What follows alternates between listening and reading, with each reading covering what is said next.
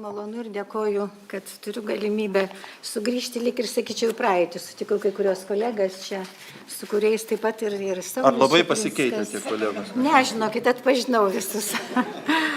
Ir tikrai prisimenu tuos 90-uosius metus, labai sunkius, labai sunku laiką, kai reikėjo tada kaip tik pasirinkti ir spręsti, kaip kokia linkme eis mūsų sveikatos sistema ir kaip jinai bus finansuojama ir iš ko mes gyvensim ir kaip tos visus klausimus spręsime. Ir tada tikrai buvo suprasta, kad aišku, ta sistema, kurią buvom paveldėję dar iš tos sovietinės okupacinės sistemos, tai yra kad tada iš tikrųjų buvo viskas kvazi nemokama, bet su specligoninėm ir su blatais ir su kyšiais. Tai buvo vis tik tai nutarta, kad ne, turėtų būti tam tikri ekonominiai pagrindai, kad sveikatos sistema vis tik tai ir apskritai sveikatos paslaugos yra ir tam tikra ekonominė veikla ir draudimas kaip vienas iš tam tikrų instrumentų.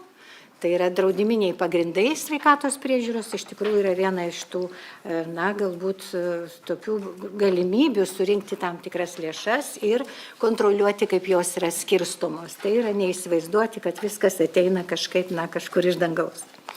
Taigi, grįžtant prie mano pranešimo temos, tai konstituciniai sveikatos teisės pagrindai, ar jų laikomasi siūlant įstatymų pataisas. Tai aišku, mano buvimas čia yra turbūt priežastis, kodėl aš čia esu. Tai todėl, kad šiuo metu, lyg ir vyriausybė pritarė ir turėtų būti teikiami tam tikri įstatymų projektai. Ir dėl to mano pranešimas susidės iš tokių dviejų dalių. Tai pirmoji dalis konstitucinė doktrina, bet ta, kuri yra tiesiogiai susijusi su šiais projektais, reiškia plačiau, aš tikrai, mes Universitete Mykolo Riomerio turėsime dar trečiadienį konferenciją, kur aš plačiau kalbėsiu šio klausimu. Ir antra dalis, aš konkrečiai peržvelgsiu visus tuos projektus, iš viso yra 3 projektai teikiami ir, bandysiu taip pat pateikti tam tikrą teisinį vertinimą. Medicina čia yra daugelio jūsų sfera, bet teisė turbūt galėčiau ir aš išsakyti savo pastabas. Taigi, pradėkime nuo to, kągi sako mūsų konstitucija ir štai dabar labai, šiuo metu girdime labai dažnai tą tokią frazę nemokama sveikatos priežiūra, nemokama sveikatos priežiūra, o kas iš tikrųjų yra nemokama sveikatos priežiūra.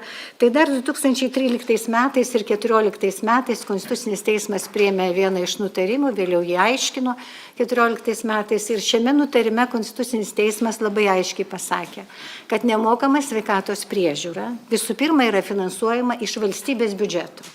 Antra, jos apimtis yra labai siaura. Tai yra būtina arba gyvybei saugoti, išgelbėti, arba taip pat būtinoji, tai yra 2 savokos doktrinoje yra naudojamos kaip lygiavertės.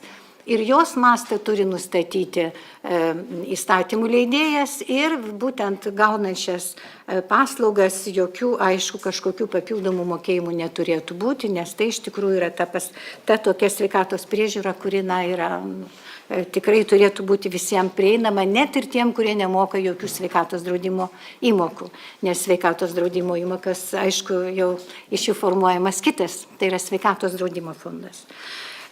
Kalbant apie šią dalį, tai yra tikrai ta, kuri iš tikrųjų yra nemokama.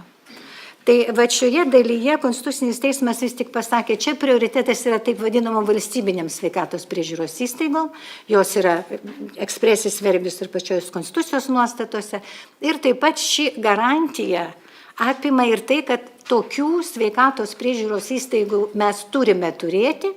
Tai kyla iš Konstitucijos, reiškia, mes negalime įsivaizduoti, kad visa sveikatos priežiūra bus privati, tada reikėtų keisti Konstituciją ir reiktų apskritai formuoti kitaip, tada čia yra tokia, sakyčiau, labai jau tokia esminė reforma.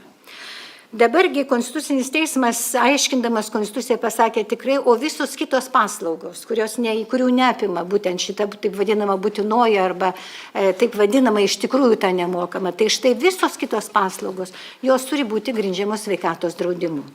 Ir čia jau draudiminiai principai, jie jau veikia kitaip. Kadangi draudiminiai principai, kai jie įsijaučia sveikatos draudimo, reiškia sistema, čia turi būti ir konkurencija, čia jau turi būti ne tik valstybinės, taip pat ir kitos, tai yra šiuo atveju privačios sveikatos priežiūros įstaigos. Čia Konstitucinis teismas priminė, kad iš tikrųjų Lietuva ir Lietuvos ūkis yra grindžiamas privačios nuosavybės teise, Taigi tikrai šioje srityje, tai yra, kai mes kalbam apie sveikatos draudimo fondą ir jo reiškia dengiamas sveikatos priežiūros paslaugas, čia sudarydamos privačios sveikatos priežiūros įstaigos, taip pat sudarydamos sutartį su, turbūt ligonių kasa, jeigu aš teisingai pasakysiu, tai jos taip pat turi dalyvauti ir turi dalyvauti konkurenciniais pagrindais ir ta galimybė, kitaip tariant, ta tokia diversifikacija šitos sveikatos priežiūros paslaugų finansuojimų iš sveikatos draudimo fondo, šitos lėšos ir šita sistema, jinai yra iš tikrųjų pati didžiausia, kuri, šis finansavimas yra tikrai esminis ir vienom ir kitom. Tačiau jeigu mes žiūrėtume apskritai į šią sritį ir šioje srityje, kaip šioje srityje elgtis. Konstitucinis teismas taip pat vis tik tai nematė, kad net ir mokant sveikatos draudimo įmokas, kad iš tikrųjų mes galėtume sukaupti tokias, lėšas, o be to žinome puikiai, kad labai daug yra grupių žmonių, kurie apskritai valstybė moka, tai yra iš biudžeto yra mokamos įmokos.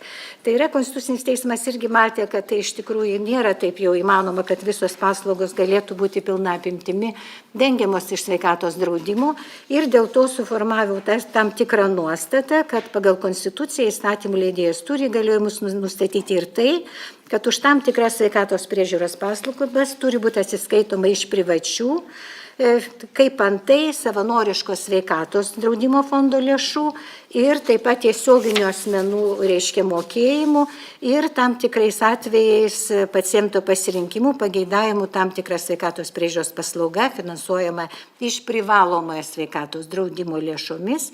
Dalis tos paslaugos gali būti apmokama būtent iš privačių, tai yra ir iš paties asmens, reiškia, tam tikrų finansinių išgalių. Tarp kitko, norėčiau pasakyti, kartais gal išgirsta, štai 13-14 pasakė Konstitucinis teismas, o ką doktrina nesivystė. Norėčiau pasakyti, kad Konstitucinis teismas šią doktriną vystė ir niekada nenukrypo nuo šios nuostatos.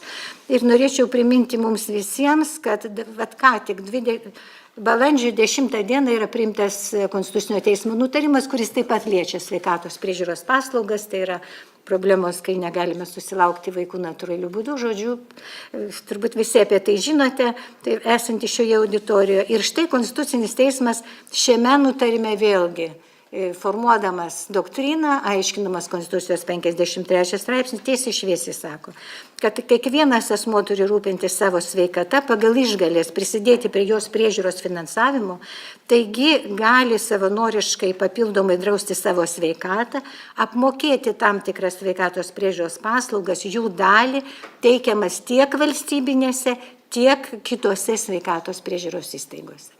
Taigi, jeigu mes dabar žiūrime, kokią doktriną yra suformavęs Konstitucinis teismas, tai akivaizdu, kad tai, ką dabar siūloma šiais projektais, atsisakyti, kad tai iš tikrųjų netitinka to, ką Konstitucinis teismas yra, kaip yra aiškinęs Konstitucijos 53 straipsnio pirmos dalies nuostatos, reiškia akivaizdu, kad netitikimas Konstitucijai tikrai yra. Taigi, dabar pasižiūrėkime, ir konkrečiai į projektus. Tie projektai turi taip pat ir aiškinamą įraštą, bet aš vėliau galbūt, jeigu kils kokių klausimų, nes tikrai man jisai sukėlė labai daug tokių prieštaringų minčių, tai aš kol kas pirmą noriu apsiriboti ir pabūti teisininkė, o paskui galbūt jau būti kvazi politikė ar kvazi gydytoja ir tada spręsti ir tikrai, kur čia dings mūsų gydytojai ir ar tikrai to iliučiau dėl to nebus. Taigi pasižiūrėkime, 3 projektai. Tik tai vienas iš tų projektų atitinka bent jau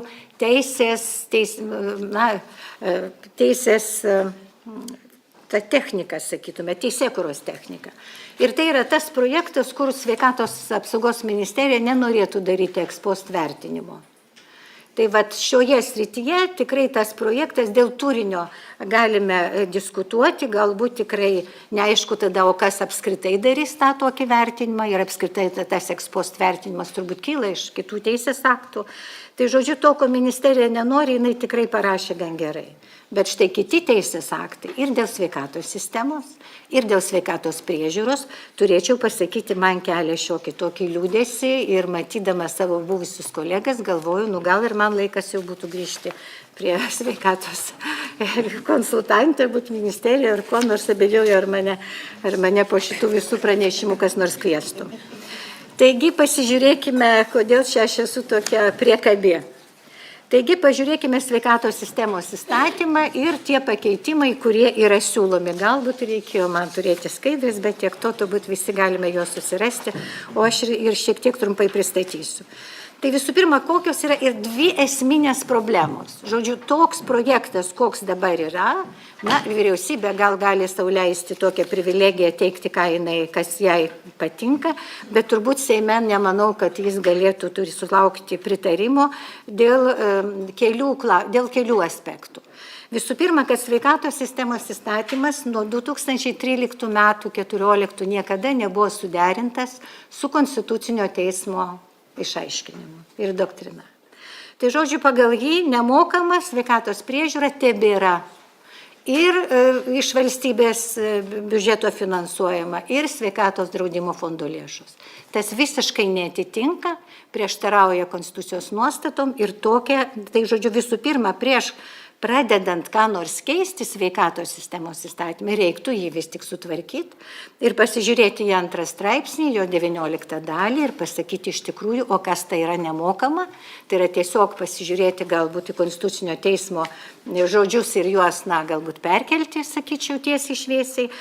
Ir taip pat atskirti sveikatos draudiminį, tą fondą, tai yra sveikatos priežiūros paslaugas, kurios yra finansuojamos iš sveikatos draudimo fondo ir tada jau galvoti ir tada jau mąstyti, ko ten reikia, ko ten nereikia.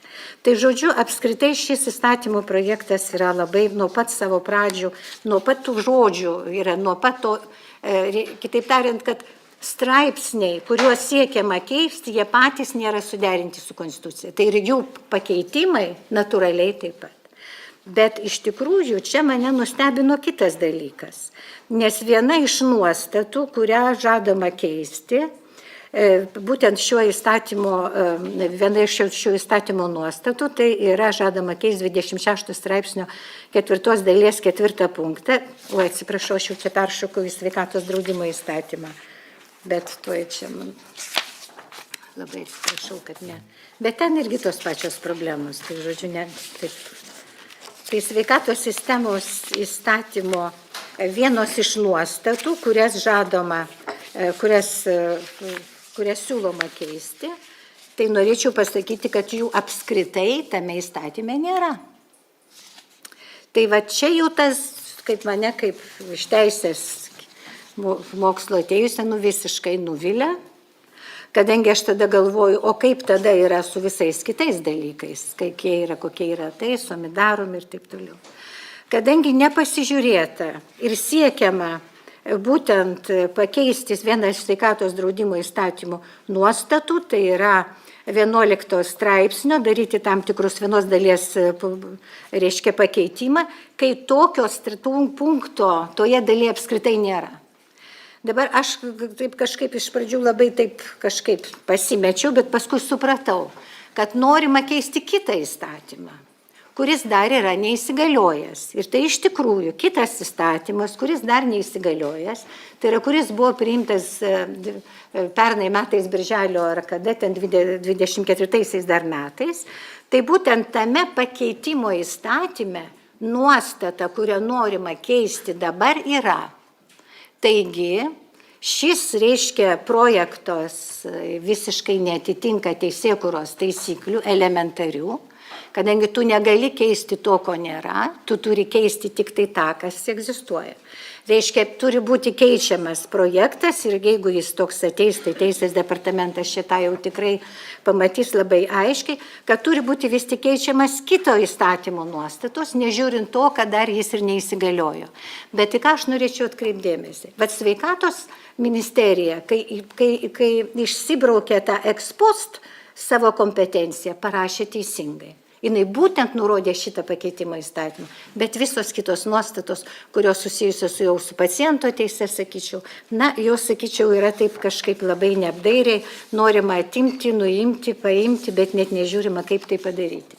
Taigi, vertinant sveikatos sistemos įstatymo pataisas, tikrai turi būti jos tokios negali eiti ir dėl savokų nesuderintų su konstitucija. Ir antras dalykas, kad iš tikrųjų negalime keisti, mes siūlyti įstatymų projektais, keisti įstatymų nuostatų tų, kurių apskritai nėra. Tai žodžiu, teisės technikos prasme yra iš tikrųjų labai, labai prastai.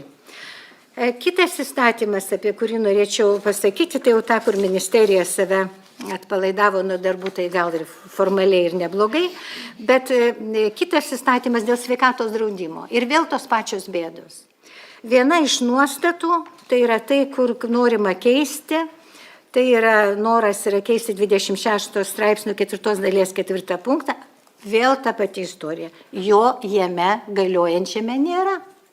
Jis vėl yra kitame įstatyme, kuris dar neįsigaliojo, jisai įsigalios tik Liepos 1 dieną, taip pat kaip ir su sveikatos sistemos įstatymu, ir reikėtų keisti, aš jau čia, vėliau galbūt paliksiu savo nuomonę, aš čia jau rašau, nes labai ilgas pavadinimas, gal pasirodė įstatymų projektų rengėjams per ilgas pavadinimas, bet reikia, žodžiu, keisti kitą įstatymą, kuriame ta nuostata yra.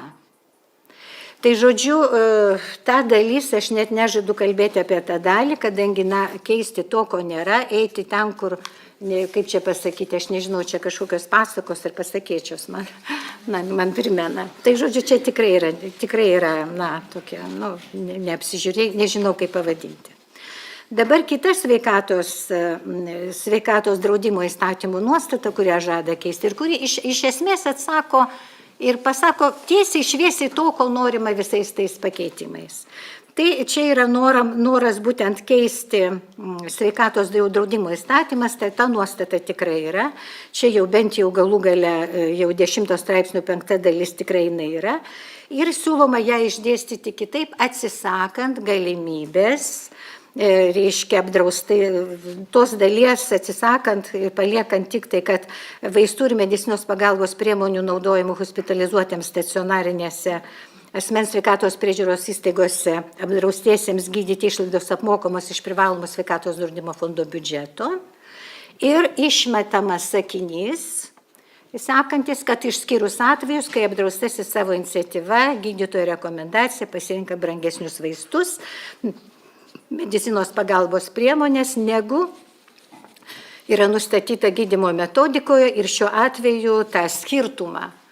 Tai yra, jeigu mes kalbame apie priemokas, tai priemoka yra skirtumas tarp paslaugos, kurią apmoka sveikatos draudimas, tai yra tam tikros bazinė, ar nežinau kaip ją pavadinti, ir mano siekio, kad, pavyzdžiui, ar jei tarkime man kokia nors operacija, gal narkozė, gal aš norėčiau kažkokių inotyvių, kažko, gal ten kažkokio skalpelio ypatingo, nežinau. Kažkas yra, vis tik tai gali būti, ar vaistų kokių, ar dar ko nors, ar galų gale, protezavimo visos paslaugos, kokio kito lėšiuko, arba ne to, kuri man kompensuoja.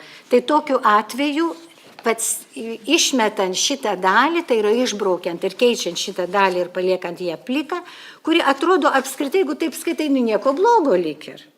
Neatrodo taip, jeigu taip pasižiūrėjus, atrodo nieko blogo. Paslaugos apmokamas iš sveikatos draudimo fondo, viskas lyg ir gerai.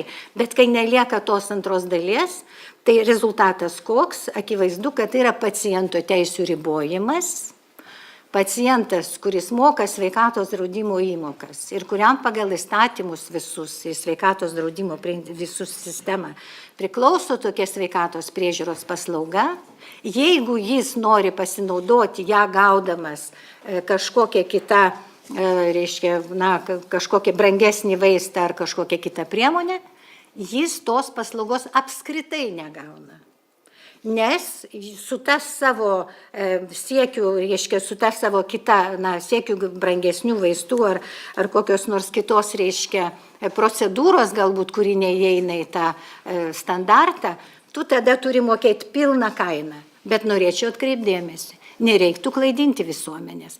Dabar taip, kaip daromos, čia girdėjau ir per radiją, ir čia apklausos, dar kažkas, tai visuomenė galbūt tikisi, kad apskritai neliks mokamų paslaugų, taip vadinamose sveikatos, valstybinėse sveikatos priežiūros įstaigose. Neapsigaukime, jos išlieka, jos yra.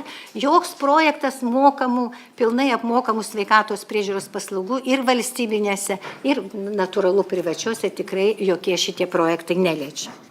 Taigi, kalbant ir taip jau bandant galbūt atsakyti trumpai į klausimą, ar laikomasi būtent konstitucinės doktrinos siūlant šias įstatymų pataisas, tai mano atsakymas, aišku, vienareikšmis, manau, kad ne. Bet tai ne tik tai todėl, kad yra problemų ir su teisinė technika, nesuderintos savokos ir net padarius šį darbą, suderinus savoką, teisinę techniką pataisius, vis tiek išlieka labai aiškus paciento teisės ribojimas, kurį politikai labai dažnai kažkaip, keistai pristato. Juk jeigu žiūrėti į patį teisinį reguliavimą, tai tiesiog nelieka galimybės, gaunant sveikatos priežiūros paslaugą finansuojamą iš sveikatos draudimo fondo, ją gauti su kokia tai nepapildoma, bet su kokia tai kita, galbūt brangesnė, arba su kažkokia papildoma ar konsultacija, ar su kažkuo, ar taip toliau, žodžiu, su kažkuo tai daugiau, negu į tą paslaugą įeina, į tą paketą įeina. Ir dabar yra visiškas paradoksas, kad žmogus tai sutinka apmokėti. Prievartos tikrai tokios paslaugos imti nėra. Bet įstatymas nori, Konstitucinis teismas sako, taip pat gali būti. Juk Konstitucinis, ką tik citavau, paskutinės balandžio mėnesio 10 dienos nutarimas sako, gali būti ir viešo, ir taip vadinamose valstybinėse, reiškia ir kitose, bet šie įstatymų projektai iš esmės siekia panaikinti šią teisę, tuo pačiu apriboti ir sveikatos priežiūros paslaugų teikimo lauką, kadangi man sunku suprasti, kaip galima padidinti sveikatos priežiūros paslaugų apimtis, sumažinus galimybę jomis pasinaudoti, nes visi natūraliai kris tada reiškia į tas eilės, kurios yra, ir eilės tik tai padidės. Antras dalykas, kad tai kertasi ir su kitais konstituciniais principais, su pacientų teisų įstatymu, su visais kitais dalykais, kur yra taip pat įtvirtinta ir paciento teisė rinktis. Ir paciento teisė pasirinkti sveikatos priežiūros įstaigą, jinai irgi taip pat Konstitucinio teismo doktrinoje yra nurodyta. Apskritai negalime mes dabar per tiek metų, mūsų pacientai ir aš, visi mes irgi pacientai, mes pripratome pasirinkti, kad mums kyla tokia teisė, bet jinai kyla taip pat ir iš Konstitucijos, iš Konstitucinio teismo, reiškia doktrinos. Mes taip pat norime pasirinkti galbūt, aišku, ilgiau palaukti arba brangiau sumokėti ir specialistą, kur dabar irgi kyla įvairūs klausimai, kaip galima būtų, reiškia, ir šią teisę riboti. Tai norėčiau pasakyti, kad vis tik tai labai atidžiai siūlyčiau Seime svarstant, jeigu šios pataisos, aišku, pasieks Seimą, tikrai labai atidžiai svarstyti ir pažiūrėti ir pagalvoti ir matyti tas pasekmes, kurias sukelia. Nes iš tikrųjų pakeitimo tikslas, sakyčiau, net ir šiek tiek primityvus teisinė prasme. Tiesiog apriboti paciento teisę rinktis sveikatos priežiūros paslaugą finansuojamą iš sveikatos draudimo fondo, kas jam pagal įstatymus priklauso, jeigu moka mokesčius ir visa kita, jeigu jis nori kokios tai brangesnės paslaugos. Tai ačiū labai, nenoriu atimti viso laiko, jeigu būtų klausimų, tikrai atsakysiu ir dėl tam tikrų galbūt, aiškinamajam rašte ten įvairių tokių idėjų, kurių galbūt siekiama šiais projektais, aš manau, gal diskusijos metu taip pat galėsiu.